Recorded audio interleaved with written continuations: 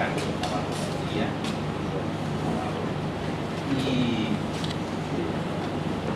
voy a presentar los juicios del tribunal, el secretario de Juan Fernando Jiménez Díaz, el vocal primero, Ricardo Navarro, el vocal segundo es el vocal, el vocal Eduardo Navarro Díaz, y el presidente.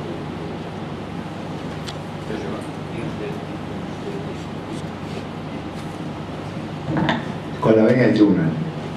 Me procedo a leer entonces la tesis doctoral intitulada Implantes endomedulares hidráulicos para la terapia reconstructiva de miembros del Departamento de Ciencias Médicas y Quirúrgicas, dirigida por el profesor doctor don Ricardo Navarro García.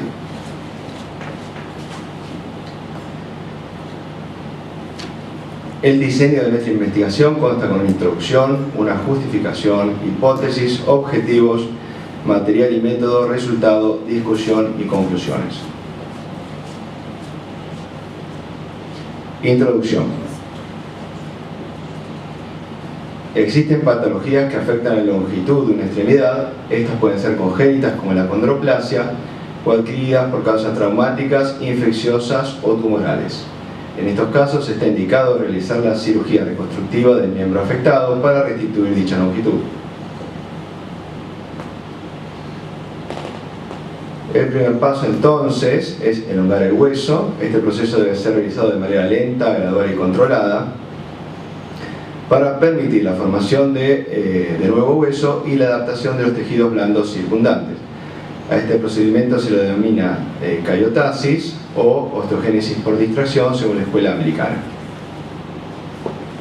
Este procedimiento entonces consiste en realizar una fractura quirúrgica, a la que llamaremos corticotomía, y mediante un dispositivo ortopédico se realiza la separación gradual de los extremos fracturarios.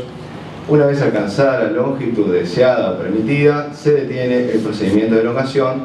Sin embargo, el proceso de consolidación o de cicatrización ósea continúa hasta la curación completa, resultando en un aumento de la longitud, un aumento del volumen del tejido óseo y secundariamente un aumento de la longitud del miembro intervenido. Este método es muy antiguo, cuya primera descripción data hace más de un siglo, en donde el primer dispositivo ortopédico utilizado fue una escayola y una mesa de tracción. Independientemente del dispositivo ortopédico empleado, todas comparten el mismo concepto biológico, y es la manipulación de un proceso natural de cicatrización ósea. Entonces, una breve referencia a la cicatrización ósea o consolidación. Es un proceso común a todas las especies, se realiza mediante osificación endocondral y existe una varianza de tiempo entre una especie y otra o entre el tamaño de un hueso. Clásicamente se la ha diferenciado en tres fases: una fase aguda, una fase de reparación y una fase de remodelación. En la fase aguda se caracteriza por formarse un hematoma fracturario con una gran reacción inflamatoria que forma puentes a ambos lados de la corticotomía.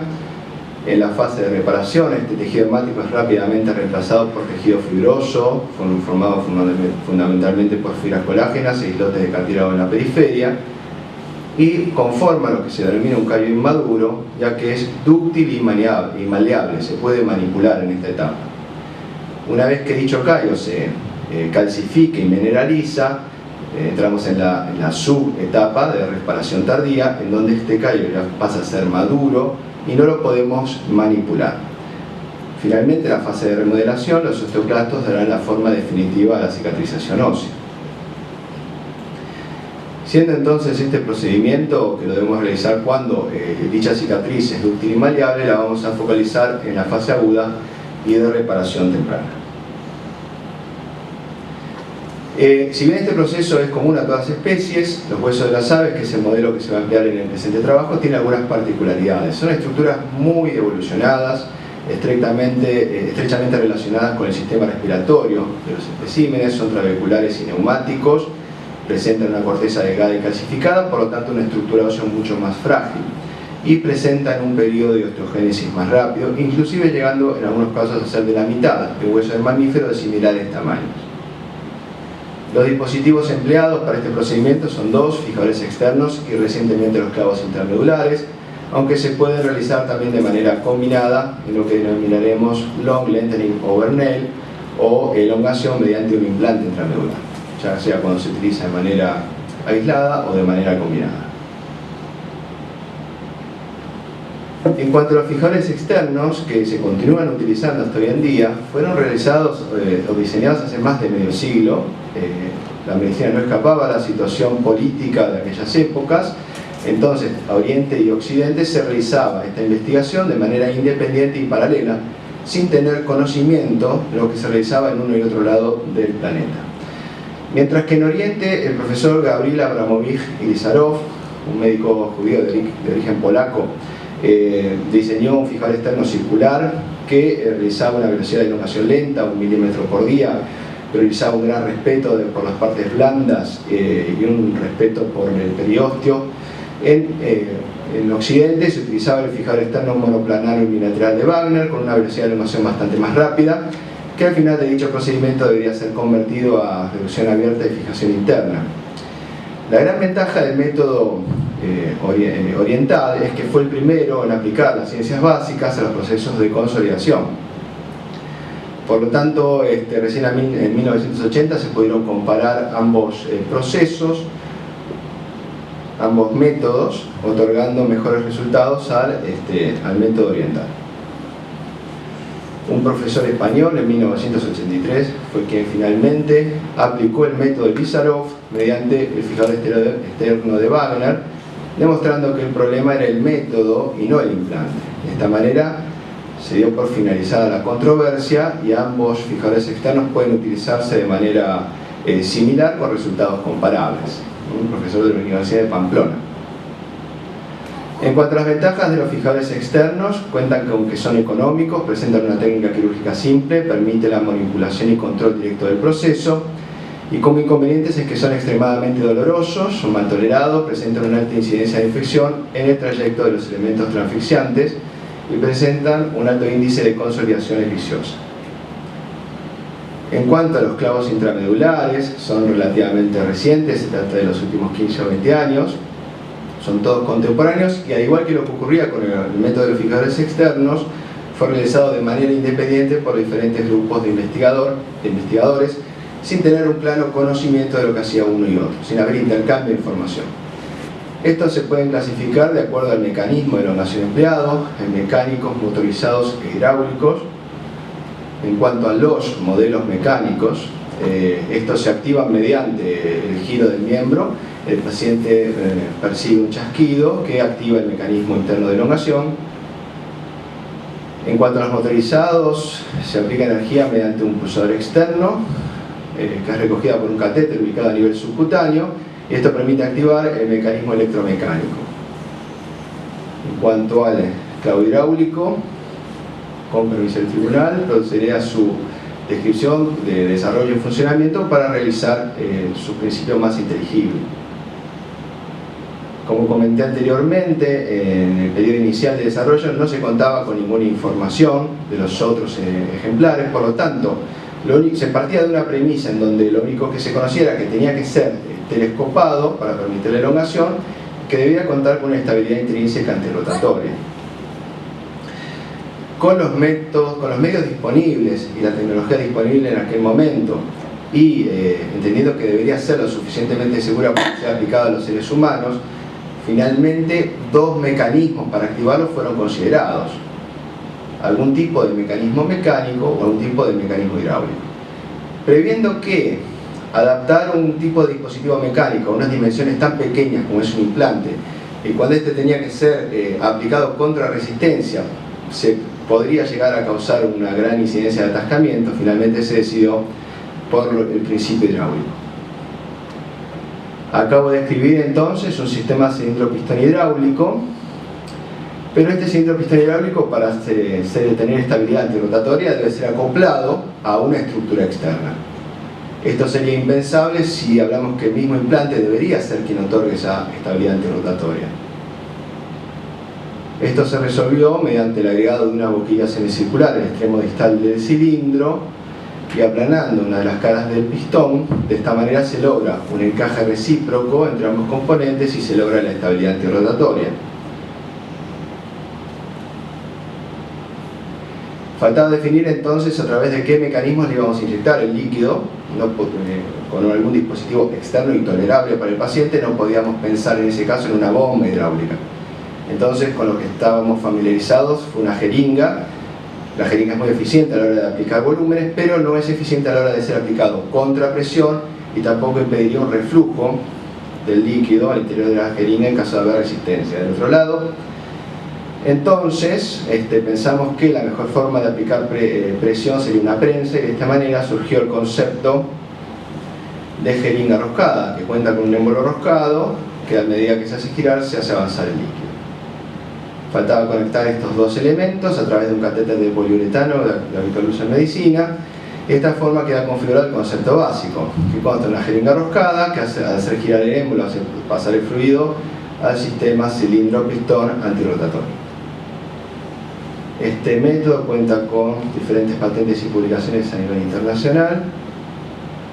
Y en resumen, en cuanto a los implantes o clavos intramedulares, tanto los mecánicos como los motorizados presentan las siguientes ventajas. Son bien tolerados, su inserción es completamente intracorporal, sin embargo presentan las desventajas de su elevado coste, una alta incidencia de fallos mecánicos, una alta incidencia de dolor durante la elongación, ya que requiere maniobras bruscas para ser activados, sobre todo los mecánicos, y presenta un escaso control sobre el proceso de elongación, cuya manufactura también es compleja. En cuanto al hidráulico, presenta la ventaja de ser económicos, una manufactura simple, presenta exactamente la tercera parte de componentes que un implante mecánico, no presenta dispositivos mecánicos, por lo tanto el riesgo de atascamientos es inexistente, no requiere manipulación brusca para activarse, y al ser construido a través de las mismas piezas matrices, tanto los componentes sólidos se construyen de un simple cilindro macizo y los huecos también, permite un ensamblado modular y permite que adaptar distintas configuraciones para que su localización sea variable.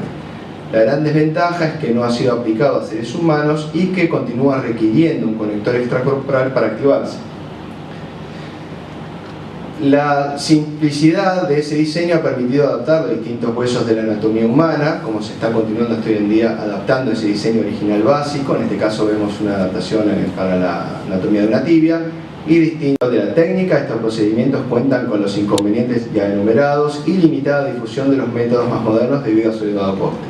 Por estas razones se ha planteado un trabajo de investigación que permita diseñar una técnica de elongación en un modelo animal que aporte resultados translacionales a la terapéutica humana. De esta manera se plantea la siguiente cuestión. Hipótesis. ¿Es posible realizar la callotasis con un prototipo de implante que use energía hidráulica cuyo diseño modular permita tanto su localización intramedular como extracorporal? Para poder responder a la cuestión formulada en la hipótesis de trabajo se ha planteado la concreción de los siguientes objetivos. Diseñar y someter a prueba un prototipo de implante modular hidráulico durante el proceso de callotasis en modelo animal mediante técnicas quirúrgicas y materiales en actual uso, por lo tanto su aplicabilidad sea plenamente translacional a la terapéutica en humanos, cuyo diseño permita adaptarlo a escala para huesos de diferente tamaño, priorizar el coste bajo de construcción y ensamblado simple y que permite una localización variable, tanto como fijador externo como implante intramedular. Someter al implante aislado a ensayos de carga y fatiga para determinar puntos críticos y tolerancia, detectar los posibles fallos del sistema hidráulico o sistema activo de telescopado durante la callotasis, comparar aspectos quirúrgicos, biomecánicos y biológicos entre ambas localizaciones durante el procedimiento de callotasis, emplear un modelo animal aviar como alternativa a estudios científicos similares que actualmente se realizan en mamíferos, cuya validez continúe siendo translacional a la terapéutica en seres humanos. Finalmente, diseñar y fabricar prototipos de implante en miniatura que permitan trasladar esta técnica a huesos largos de modelo animal o humanos de similar tamaño, concretamente los metacarpianos, metatarsianos o en ortopedia infantil. Material y métodos. Se trata de un estudio experimental comparativo de 60 fémures en especímenes de raza aviar que fueron intervenidos quirúrgicamente para ser sometidos a tratamiento de callotasis, cuya duración fue de 24 días, incluido un periodo de elongación de 10 y un periodo de estabilización posterior de 14. Todos los especímenes fueron intervenidos entre mayo del 2011 y enero del 2014. La experimentación in vivo, realizada en dependencias de la Facultad de Veterinaria del ICBAS y la experimentación in vitro, fabricación y estudios biomecánicos en la Facultad de Ingeniería de la Universidad de Las Palmas de Gran Canaria. De manera aleatorizada, a 30 de ellos se les implantó un dispositivo hidráulico de elongación en la cavidad intramedular, grupo que llamaré EIM, y se los comparó con los otros 30 a los que se les implantó como fijador externo, grupo que llamaré FE. La eutanasia se practicó a día 24 mediante decapitación, que es la técnica de uso habitual para estos especímenes para el consumo industrial. En cuanto a la selección de especímenes, se trata de galinas de raza amarelo-portuguesa que cuentan con las siguientes ventajas. Al igual que el ser humano es un bípedo, son económicos de producir y de criar en el ámbito rural y urbano, presenta una amplia distribución geográfica y una baja conflictividad ética. Su fémur corto con amplia cavidad medular lo hace apto para este tipo de investigación. Como inconvenientes, presentan una osteología frágil y compleja y no presentan una vía de entrada segura para el enclavado intramedular, que normalmente se realiza por la metáfisis proximal y distal. En este caso, estas estructuras, articulaciones, están completamente recubiertas de cartílago y en el caso proximal, el trocánter mayor impide dicha introducción por la vía clásica. Sin embargo, si lo que estamos tratando de valorar es poner a prueba la versatilidad del método, y sabiendo que en la anatomía humana hay un hueso de similares características, esto es el húmero, esto lo transforma en una ventaja. Se han diseñado los establecidos criterios de inclusión para que cuenten con la misma edad, peso, sexo y el origen. Y en cuanto a los criterios de exclusión que se han definido, solamente voy a nombrar aquel que efectivamente se ha aplicado. Esta es la fractura o lesión neurovascular iatrógena intraoperatoria que ha obligado la eutanasia intraoperatoria del animal.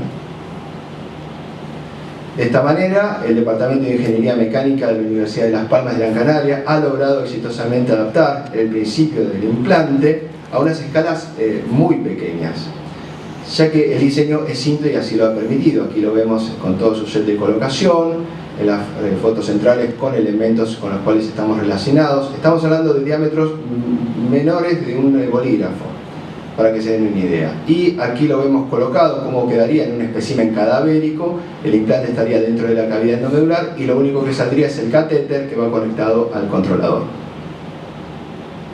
Bueno, aquí más detalles de del implante, solamente nombrar que se ancla mediante cerrojos autotrabajantes de 3,5 en el modelo clavo intramedular, se utilizan jazz y conectores de tubo PIN. Se realiza, una vez concretizado el implante, se realiza en un modelo virtual que fue analizado mediante un programa informático, el SolidWorks, que no habiendo detectado puntos críticos. En las pruebas de células de carga se han demostrado una pérdida de presión de 0,1 newton por día que se corrige mediante el giro de un cuarto de vuelta del controlador por día. En cuanto a la técnica quirúrgica, se realiza un abordaje lateral del fémur a través del bíceps femoral. Son estructuras muy prominentes en este modelo y diferenciar el plano muscular es muy difícil. Se produce una inevitable, aunque autolimitada hemorragia. Se continúa con lo que ya se llama estabilización anticipada, donde se coloca el implante en elongación mínima, se coloca un jazz proximal a distal y se procede a realizar la osteotomía con una sierra de punta ronda. Luego, en el caso de tratarse del grupo fijador externo, se agrega un jazz más proximal a distal, se realiza la sutura, se da por finalizada la intervención, se acopla la jeringa roscada o el controlador mediante bandas elásticas. En el caso de tratarse de su configuración como intramedular, la cirugía es mucho más compleja. Hay que retirar, desmontar toda la estructura, reintroducir el implante a través de la osteotomía. Lo primero que hay que hacer es sacar el catéter por el hueso y por la piel, anclarlo a la jeringa roscada, luego se hace roja, proximal y distal cada uno de los componentes del implante. Mediante el giro de 10 vueltas del controlador se hace avanzar un centímetro el pistón para que encajen ambos componentes del implante. Se mantiene, de esa manera se logra mantener reducida la fractura y está listo para elongar. Se sutura, se da por finalizada la cirugía y el controlador se adhiere a la piel mediante apósitos adhesivos. En cuanto al postoperatorio, todos los especímenes son colocados en la hamaca de descarga durante 3 días. Se inicia la elongación a una velocidad de 1 milímetro por día durante 10 días y una estabilización posterior de 14, recibiendo todos los especímenes su protocolo antibiótico y analgésico. En cuanto a los métodos de valoración, se agrupan en 3 conjuntos: clínicas, quirúrgicas y de técnicas complementarias. En cuanto a los métodos de valoración clínica, utilicé como modelo una tesis doctoral de cariotasis en perros, realizada por la doctora Baigorri, que agrupa estos parámetros en 3 conjuntos, y así es como serán analizados el resultado. Un conjunto de variables que llamaremos, o que hacen referencia a signos fisiológicos y de comportamiento, al que llamaría arbitrariamente de bienestar animal, agrupa 8 parámetros valorados de 0 a 3. Segundo conjunto que hace referencia a la funcionalidad de la extremidad, grupo que arbitrariamente llamaría dolor, incluye 2 parámetros que se valorizan de 0 a 3. Un tercer conjunto que hace referencia a la aceleración y marcha, que llamaré cojeras, y solo incluye un parámetro basado en la escala modificada de Forrest y Fars, se clasifica de 0 a 5. Aquí vemos las tablas de los 3 conjuntos de parámetros, en donde 0 implica la normalidad y 3 o 5, sea el caso, el grado de alteración máxima. Estos parámetros son recogidos en las hojas de seguimiento clínico diario y nos va a dar al final de cada día un puntaje, la sumatoria nos va a dar un puntaje que llamaré puntaje total. Este puntaje total nos va a servir para ajustar la escala analgésica o valorizar la eutanasia. Entonces, en cuanto mayor sea ese puntaje, el resultado es peor en este caso. Métodos de valoración radiológica: se realizan radiografías a día 1, 14 y 24 en ambas incidencias. Las que se realizan al día 1 solo a título descriptivo y documental de la técnica quirúrgica. Las que se realizan al día 14, lo que vamos a medir es en principio la angulación de manera analógica en ortopedia y traumatología, trazando 2 líneas longitudinales paralelas a la diáfisis proximal y distal de la osteotomía y midiendo el ángulo formado en la intersección de ambas. Tanto a día 14 y a 24, lo que también vamos a considerar es el área de callo. Esto se realiza mediante la digitalización de las imágenes, transformando los píxeles en milímetros cuadrados, y mediante un ratón procedemos al diseño de la periferia del callo y en color negro, y dentro del mismo las áreas más radiopacas en color rojo. De esta manera, mediante ese programa nos permite calcular las áreas del callo total, del hueso contenido dentro del callo, y lo que más nos interesa, la proporción de hueso radiológico contenido dentro del callo. A día 24, con el implante, analizamos el grado de unión según la escala de Goldberg, en donde 0 implica ausencia de signos de consolidación y ninguna cortical, 1 unicortical y grado 2 bicortical. También a día 24 medimos la elongación real. Recordemos que la elongación total del implante es de 1 centímetro, pero ¿cómo se va a traducir eso a la elongación real en la osteotomía? Eso es lo que llamaremos elongación real, y la vamos a medir como la menor distancia que separa ambos extremos de la osteotomía. Se retira a día 24 el implante, obviamente post-mortem, y ahí lo que vamos a valorar son las fracturas a nivel de callo óseo realizados con la extracción del material de osteosíntesis.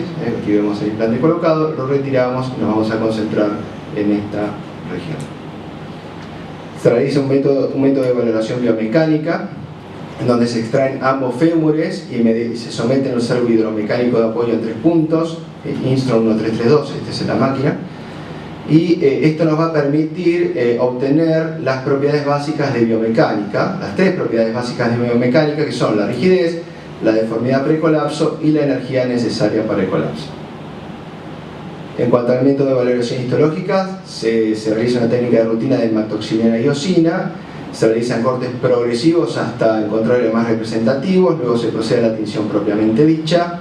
Una vez más digitalizamos las imágenes mediante un programa específico y trazamos de manera analógica lo que hicimos en las radiografías, las áreas, esta vez sería de tejido óseo y de tejido cartilaginoso. Nos va a permitir obtener los mismos parámetros que lo calculado en estudios radiológicos. También se cronometra el tiempo quirúrgico desde el contacto del implante con el hueso hasta finalizar la colocación del último componente, y también se valoriza la extracción del material de osteosíntesis, esto es la retirada del implante, desde el contacto de un instrumental con el primer componente metálico hasta la salida completa del último componente. En cuanto a la metodología estadística e informática, los datos fueron procesados mediante el programa estadístico SPSS. Desde el punto de vista analítico, para comparar 2 muestras independientes, utilizamos el test de la TDStudent para ambos grupos, y el nivel de significancia estadística para equiparar el rigor científico con las revistas de ortopedia y traumatología se fijó en 0,05. Resultados. Se han excluido 5 especímenes, todos en el grupo enclavado intramedular. En cuanto a la mortalidad, se han registrado 7 en el grupo EIM y 2 en el grupo fijador externo. En cuanto a los resultados de la valoración clínica, vemos que el puntaje total en ambos grupos ha ido disminuyendo de manera progresiva y más o menos pareja a lo largo de los 23 días de investigación. Lo mismo ocurrió con la escala de Cojera, pero cuando analizamos los conjuntos de variables de manera independiente, vemos que el promedio de bienestar animal obtuvo un puntaje más bajo en el grupo fijador externo, lo cual es mejor, de 8,17 versus 8,40. Lo mismo ocurre en el grupo que llamamos dolor, con un puntaje menor, 1,66 versus 1,83. Lo mismo ocurre con la cojera, 3,15 versus 3,25. Aquí vemos que el puntaje más bajo implica mejores resultados. En cuanto al grupo cojera, la P no ha sido estadísticamente significativa.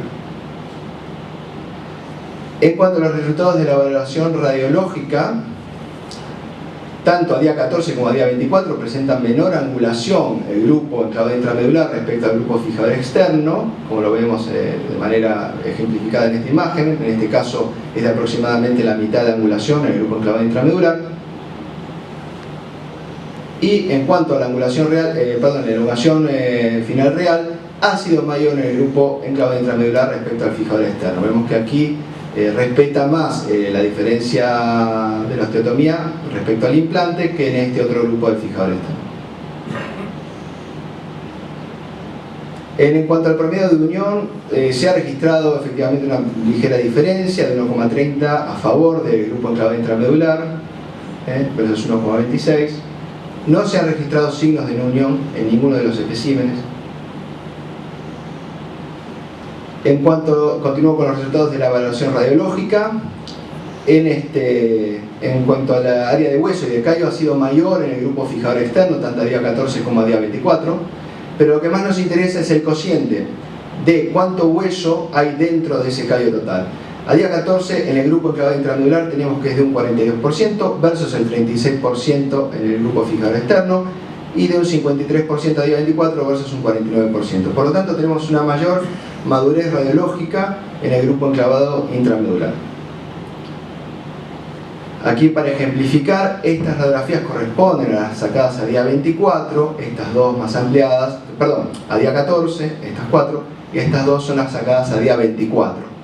Aquí vemos un ejemplo del espécimen con el enclavado intramedular, formando estas áreas más radiopacas, pequeños islotes, que a día 24 forman grandes puentes entre ambos extremos de la osteotomía.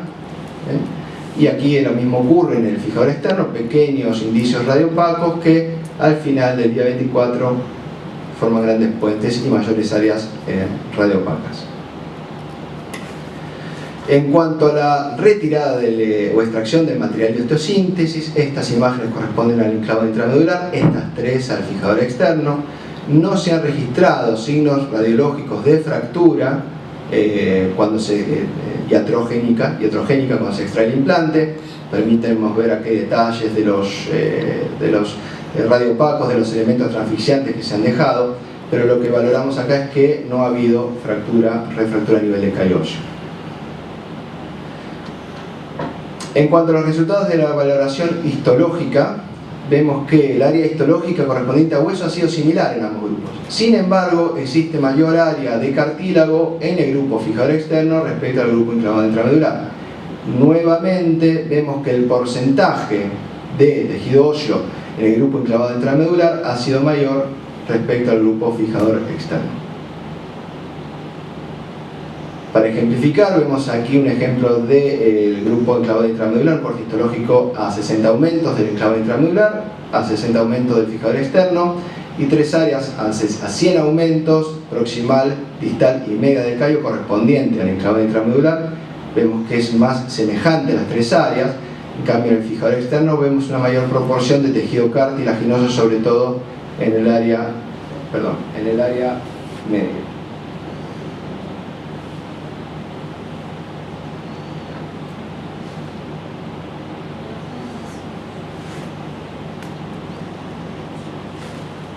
Disculpen.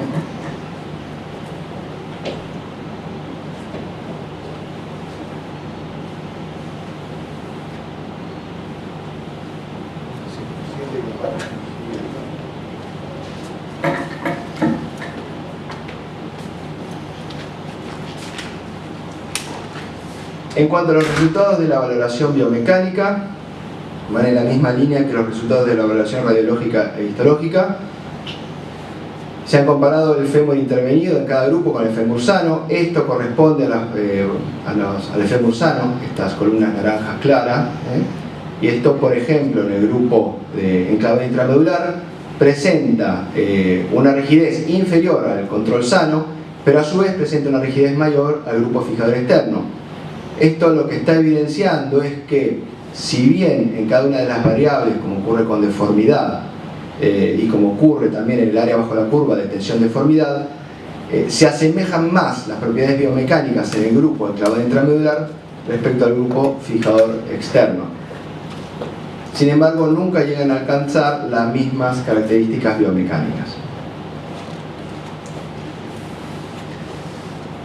En cuanto a los resultados de la valoración del tiempo quirúrgico, tanto para colocar el implante como para retirarlo, se ha tomado la tercera parte del tiempo, ha implicado el grupo fijador externo respecto al grupo enclavado intramedular, tanto para colocarlo como para extraer el implante, y procedería a la discusión. Se coincide con el profesor Dr. Canadell aplicando la teoría de tensión-estrés de Ilizarov a un implante diferente, en este caso un implante intramedular. Se ha mejorado el modelo de experimentación animal de Liskunov, Guillet y Baumard, que no cuentan con un grupo de comparación de control de fijador externo. El trabajo de Guillet cuenta con una casuística insuficiente de 2 especímenes. Si se objeta que la activación haya sido realizada por el investigador, cuando el principio de esa técnica sea la activación voluntaria por el propio paciente. En el presente trabajo, la activación puede ser realizada de manera análoga tanto por el paciente como por el cirujano, sin necesidad de ejercitación o entrenamiento previo. Se objeta la falta de experimentación animal más exhaustiva que podría haber prevenido la elevada incidencia de atascamiento del sistema mecánico en la terapéutica humana. Esto ha desvirtuado el método de elongación mediante implante intramedular. El método Liskunov, este es un método soviético, ha sido retirado del mercado debido a su elevado coste que no podía soportar aquella economía y su alta incidencia de atascamientos, y se está valorando actualmente la retirada o reemplazo del ISKD. Este es otro dispositivo mecánico. En cambio, el clavo hidráulico de elongación no ha sido empleado en humanos, por lo tanto podría ser una alternativa para retomar este método, debiendo antes superar los prejuicios instalados por sus predecesores. Cole y colaboradores han diseñado una alternativa consistente en que el paciente se autoelongue por medio de sistemas rotatorios de la marcha, pero no mejora el índice de atascamientos mecánicos. El clavo hidráulico de elongación no presenta engranajes mecánicos, ni resortes, ni válvulas, por lo tanto el riesgo de atascamiento es nulo. Paley, Chinchan, Lin y Simpson abogan por el método mixto. Si bien parece la alternativa más prudente a juicio del autor, disminuyen pero no eliminan la presencia de elementos rígidos transfixiantes. A diferencia de este implante, en donde el único elemento que sale del cuerpo es un catéter flexible. En cuanto a los costes, estamos hablando de costes en los mecánicos superiores a los $8.000 o euros en el caso de la Comunidad Europea, y en cuanto a los motorizados superan los $15.000. El clavo hidráulico de elongación nunca ha superado de coste los $200. No se coincide con las observaciones de Ilizarov respecto al predominio de la osificación intramembranosa en este procedimiento. Se concuerda con otros autores como Kojimot y Yasui, que describen la osificación endocondral como principal mecanismo. Sin embargo, no se ha observado la presencia de un tercer mecanismo, tal como escriben estos últimos. Bennett, Oroz, Ensley han establecido la recuperación funcional de este modelo animal en 2 a 3 semanas, indicando la necesidad de retirar los elementos de inmovilización y osteosíntesis para evitar efectos adversos. Se concuerda en el presente trabajo, demostrando que el callo en este periodo presenta abundante tejido calcificado maduro. Sin embargo, sus propiedades biomecánicas son inferiores al fémur sano, demostrando que la curación no ha sido completa en ambos grupos, y esta situación implica prudencia. Ilizarov y De Bastiani abogan por velocidades de distracción a 1 milímetro por día con un periodo de latencia. Kojimoto lo limita a medio milímetro por día en el modelo roedor. Se ha aplicado una velocidad de 1 milímetro por día sin periodo de latencia, no evidenciando indicios radiológicos de no unión.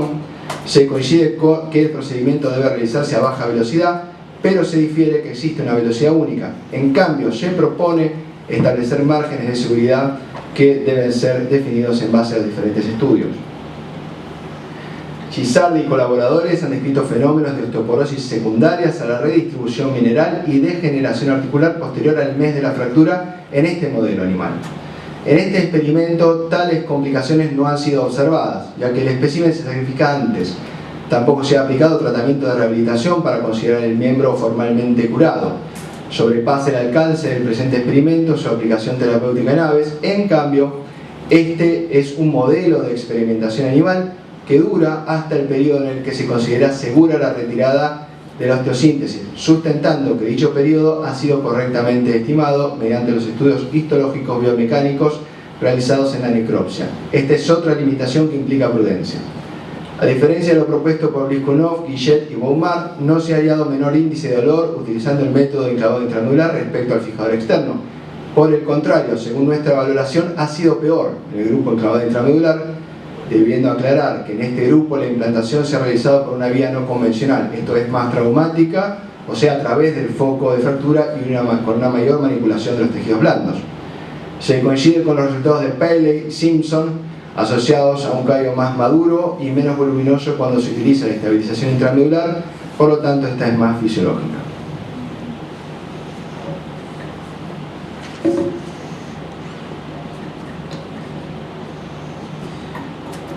Una vez leída la tesis doctoral, con la venia del tribunal procedo a leer nuestras conclusiones.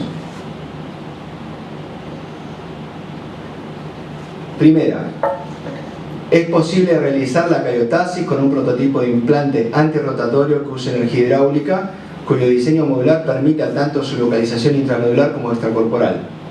Segunda, se ha aplicado exitosamente dicho implante a un modelo animal aviar mediante técnicas quirúrgicas y materiales de uso habitual en medicina. Si bien aún no es apto para su aplicación en seres humanos, los resultados obtenidos sí son plenamente translacionales. Tercera, la estimación de la velocidad de elongación mediante el uso de un dispositivo que utilice energía hidráulica requiere cálculos de calibración previos para estimar la pérdida de presión hidráulica, para ser aplicados como factor de corrección durante el procedimiento de elongación. Cuarta, se ha desarrollado una técnica quirúrgica de ensamblado intramedular del implante hidráulico, preservando su presurización e insertando el mismo a través de la osteotomía.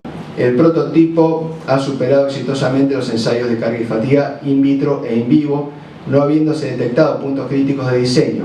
No ha presentado fallos del sistema hidráulico ni del sistema activo de telescopado durante el proceso de elongación.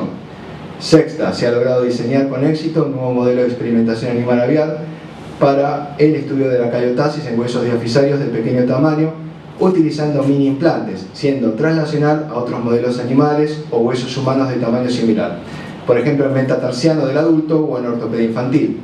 Séptimo, el patrón de osificación encontrado ha sido endocondral, predominantemente perióstico en ambos grupos, con áreas de mineralización más evidente en las zonas proximal y distal de ambos. Octava, respecto a las ventajas específicas encontradas de la localización como fijador externo respecto a la localización intramedular son las siguientes: menor mortalidad, menor tiempo quirúrgico y procedimiento más sencillo, menor tiempo necesario para la técnica aplicada a la retirada del implante, mejor alineación de los fragmentos en el posoperatorio inmediato, menor manipulación de los tejidos blandos y una preservación de la estructura trabecular ósea. Novena, respecto a las ventajas específicas encontradas de la localización como enclavado intramedular respecto a la localización como fijador externo del implante son las siguientes: menor angulación residual resultante de la cayotasis, mayor distancia de elongación real, esto es, mayor correlación entre la elongación aplicada al implante y la observada en la cayotasis, callo óseo más maduro histológicamente y con mejores propiedades biomecánicas. Décima, no se han encontrado diferencias entre ambos grupos respecto a la recuperación funcional o grado de cojera de la extremidad intervenida durante el procedimiento de elongación ni durante las 2 semanas de recuperación posterior.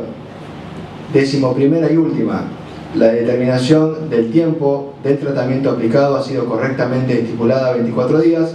Si bien se ha demostrado que la modulación del callo no era completa, ha permitido la retirada segura del implante sin registrarse fracturas.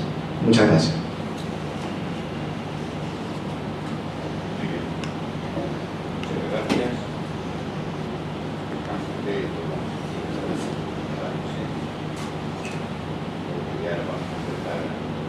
Primero tengo que decir que si hay en la sala un doctor, estoy interesado en una pregunta.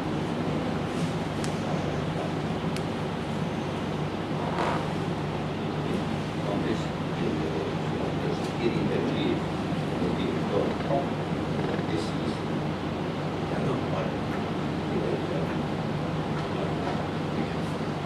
Entonces la intervención del tribunal, empezamos primero por el secretario, el profesor Fernando. Muy bien, buenos días, gracias. En primer lugar, felicitar al doctorando y a su director de tesis porque me ha resultado una tesis oxigenante. Yo que llevo algún tiempo retirado de la actividad quirúrgica directa, me ha parecido interesantísima, tanto digamos la monografía como sobre todo la forma de hacernos llegar de una manera muy sintética lo realmente trascendente de la misma. Y yo creo que me oxigena a mí y yo creo que a gran parte de los que aquí estamos, porque indudablemente, aunque pueda resultar pedante por mi parte, quiero resaltar una frase de Ramón y Cajal: no hay cuestiones agotadas, sino personas agotadas en las cuestiones. Y yo creo que usted efectivamente ha hecho honor a esa frase de Cajal en el sentido no de lo que él plantea, de lo que él manifiesta, sino que efectivamente ante una situación que ha vivido en un momento determinado de su actividad quirúrgica, pues digamos también se oxigenó en ese sentido y ha tratado de buscar soluciones o respuestas a esos problemas que en un momento determinado pues se pudo encontrar en la actividad clínica. Una vez dicho esto, que en cierta medida pues yo creo que orienta el sentido de mi voto ya de una manera evidente y clara, sí hacerle digamos algunas cuestiones de sugerencia y algunas cuestiones, valga la redundancia, de alguna pregunta o de planteamiento sobre todo de cara al futuro. Desde un punto de vista, digamos, de fondo, como le decía, me ha parecido extraordinaria la tesis y quizás simplemente, quizás no reprochar algo en el sentido formal. Creo que, bueno, hay algunos detalles que muchas veces se nos pasan por alto y los duendes de imprenta pues a veces nos juegan mala pasada, pero creo que ha habido en algún momento de la tesis la utilización de los dos sistemas informáticos, de referencia bibliográfica que habitualmente solemos utilizar. Hasta la página 27 viene utilizando, digamos, una referencia bibliográfica de carácter correlativo, por lo tanto el sistema de Vancouver.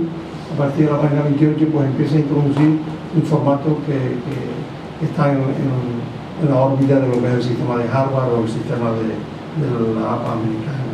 Entonces, bueno, indudablemente cita muchos autores que luego no se referencian en la bibliografía y por lo tanto, digamos, luego a partir de la página 34 o 35 vuelve otra vez a retomar el sistema de referencia correlativo y bueno, a lo largo del texto pues vuelve en alguna ocasión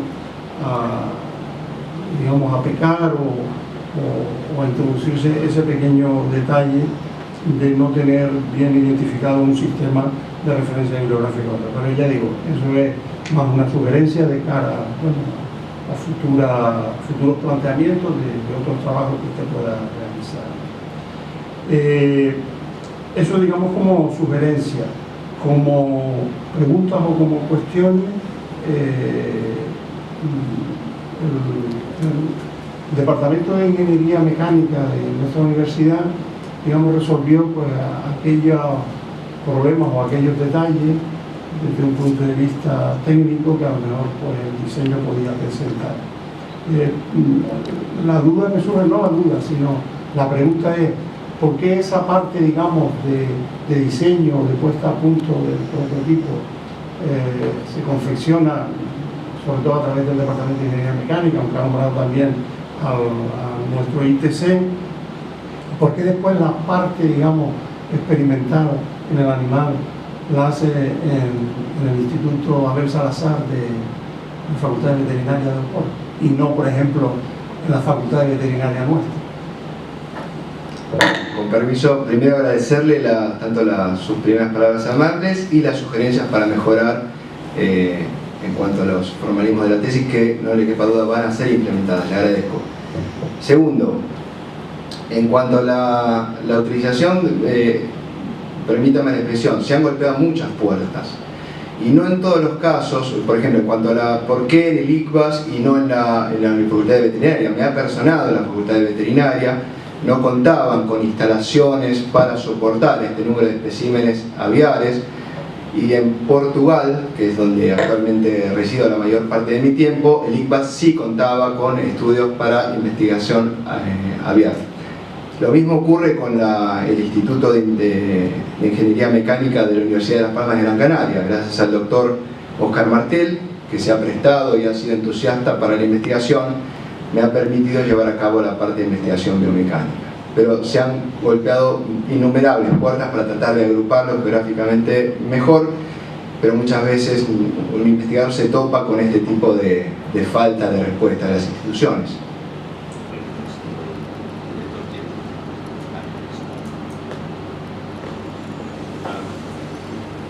Bueno, pues nada, vamos a deliberar. No sé si usted la vontade